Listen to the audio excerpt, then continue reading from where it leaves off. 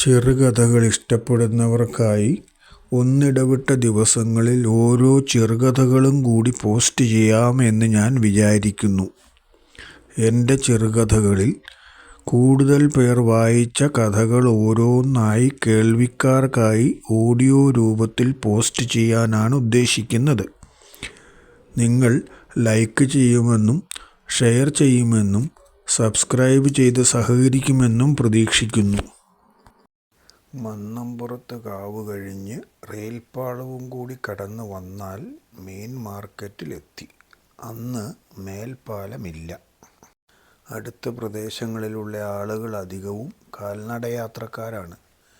വീട്ടിലേക്ക് വേണ്ട സാധനങ്ങൾ വാങ്ങുന്നതും ഈ പോക്കിലായിരിക്കും. മീൻ മാർക്കറ്റിലെത്തിക്കഴിഞ്ഞാൽ പിന്നെ പച്ചമീനിൻ്റെ ഉളുമ്പുവാടയൊന്നും ആരെയും അത്രയ്ക്കങ്ങ് വിഷമിപ്പിക്കുകയില്ല. സാറേ, നല്ല പിടയ്ക്കുന്ന മത്തി 10 രൂപയ്ക്ക് 10 എണ്ണം തരാം, ഇങ്ങോട്ട് വാ സാറേ എന്ന് വിളിക്കുന്ന എലുമ്പിയായിരിക്കും ആദ്യം എന്നെ വരവേൽക്കുക.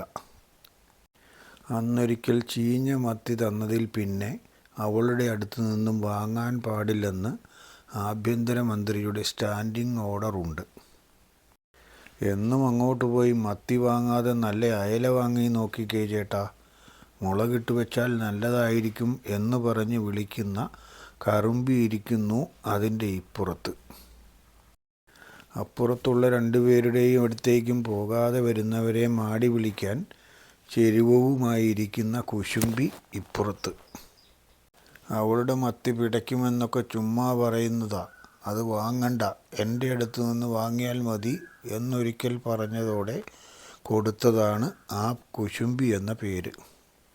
അവരുടെ എല്ലാം ഇപ്പുറം പ്രത്യേക ശബ്ദകോലാഹലങ്ങളൊന്നും ഉണ്ടാക്കാതെ ഇരിക്കുന്ന ആളുടെ അടുത്തേക്കാണ് ഞാൻ പോയത്.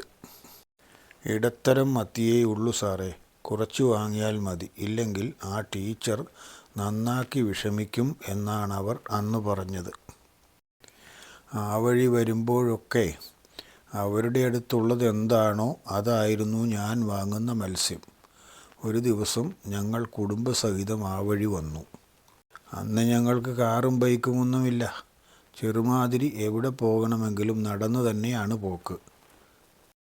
മാർക്കറ്റിലെത്തിയ എൻ്റെ കൂടെ മകനെ കണ്ട് അവരുടെ കണ്ണുകൾ വിടർന്നു. എൻ്റെ കുഞ്ഞിയുടെ അതേ പ്രായം. അവർ പറഞ്ഞപ്പോൾ ഭാര്യ വിവരങ്ങൾ തിരക്കി. അവർക്കുള്ളത് ഒരു പെൺകുട്ടിയാണെന്നും മകൻ്റെ പ്രായമാണെന്നും അവളും പഠിക്കുകയാണെന്നും അന്ന് അവർ പറഞ്ഞു. അതിൽ പിന്നെ മത്സ്യം വാങ്ങുമ്പോൾ മകനു വേണ്ടി ഒരെണ്ണം കൂടുതൽ തരുമായിരുന്നു.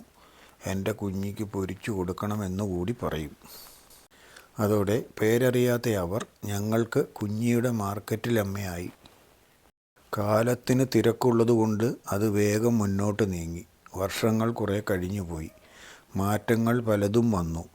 മേൽപ്പാലം വന്നതും പാളം ഇരട്ടിപ്പിക്കലും വന്നതോടെ നടന്നു വരവുകാർ നന്നായി കുറഞ്ഞു. കാർ വാങ്ങിയതോടെ ഞങ്ങൾ ആ വഴി തീരെ പോകാതെയുമായി. അടുത്ത് കടകൾ വന്നു. പിന്നെ വേണ്ട സാധനങ്ങൾ വീട്ടിൽ കിട്ടാനും തുടങ്ങിയല്ലോ.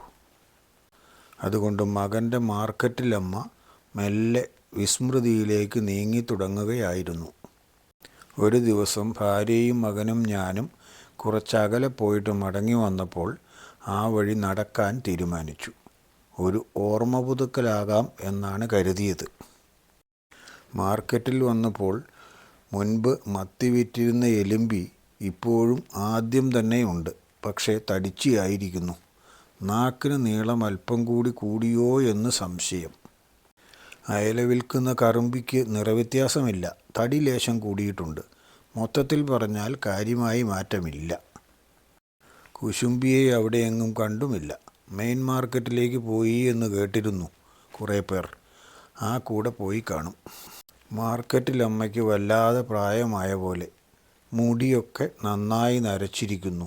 ആകെ ക്ഷീണഭാവം. അവരെ കൂടുതൽ ശ്രദ്ധിക്കാതെ ഞാൻ മീൻ നോക്കി. അന്നത്തെ കുഞ്ഞിയാണോ ഈ വലിയ ചെക്കൻ? വലിയ ആളായല്ലോ, സന്തോഷമായി. നിങ്ങളുടെ മോളിപ്പോൾ എന്തു ചെയ്യുന്നു? ആ ചോദ്യത്തോടെ നിറഞ്ഞു വന്ന അവരുടെ കണ്ണുകളിൽ നിന്നും പുറത്തേക്ക് നീർ പ്രവാഹമായിരുന്നു. ഞങ്ങളാകെ വിഷമിച്ചുപോയി. കണ്ണു തുടച്ചുകൊണ്ട് അവർ പറഞ്ഞു, 3 കൊല്ലം മുമ്പ് എല്ലാവരെയും വിട്ടവൾ പോയി. തലവേദനയായി തുടങ്ങിയതാ. പരിശോധിച്ചപ്പോഴേക്കും ട്യൂമർ നീക്കം ചെയ്യാൻ കഴിയാത്ത നിലയിലെത്തി. പിന്നെ 3 ആഴ്ചയ്ക്കുള്ളിൽ എൻ്റെ കുഞ്ഞി. പറഞ്ഞത് മുഴുമിക്കാൻ അവർക്ക് കഴിഞ്ഞില്ല. മകൻ എന്തൊക്കെയോ പറഞ്ഞ് അവരെ സമാധാനിപ്പിച്ചുകൊണ്ടിരുന്നു. പോരാൻ നേരം അവർ പറഞ്ഞു, കുഞ്ഞീ, വല്ലപ്പോഴും എന്നെ കാണാൻ വരണേ. അവൻ മറുപടി പറഞ്ഞത് എന്താണെന്ന് ഞാൻ കേട്ടില്ല.